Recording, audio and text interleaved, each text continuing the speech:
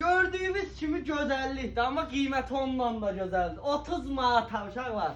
30 manata gördüklər biz. Baxın beqlərimiz necə düşdü biri. Amma 30 manata uşaqlar. Gördüyünüz kimi qarası var.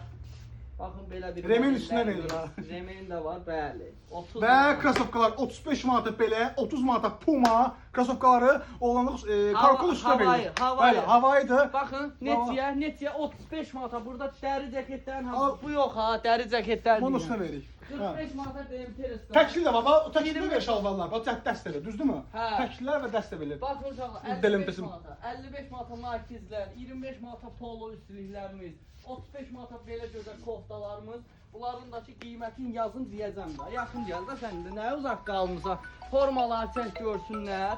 20-25 manat aralığında prem keyfiyyət formalarımız, arxa splaşlar hamısı Forma xana. 15 manata. Gəlin gözləyirəm.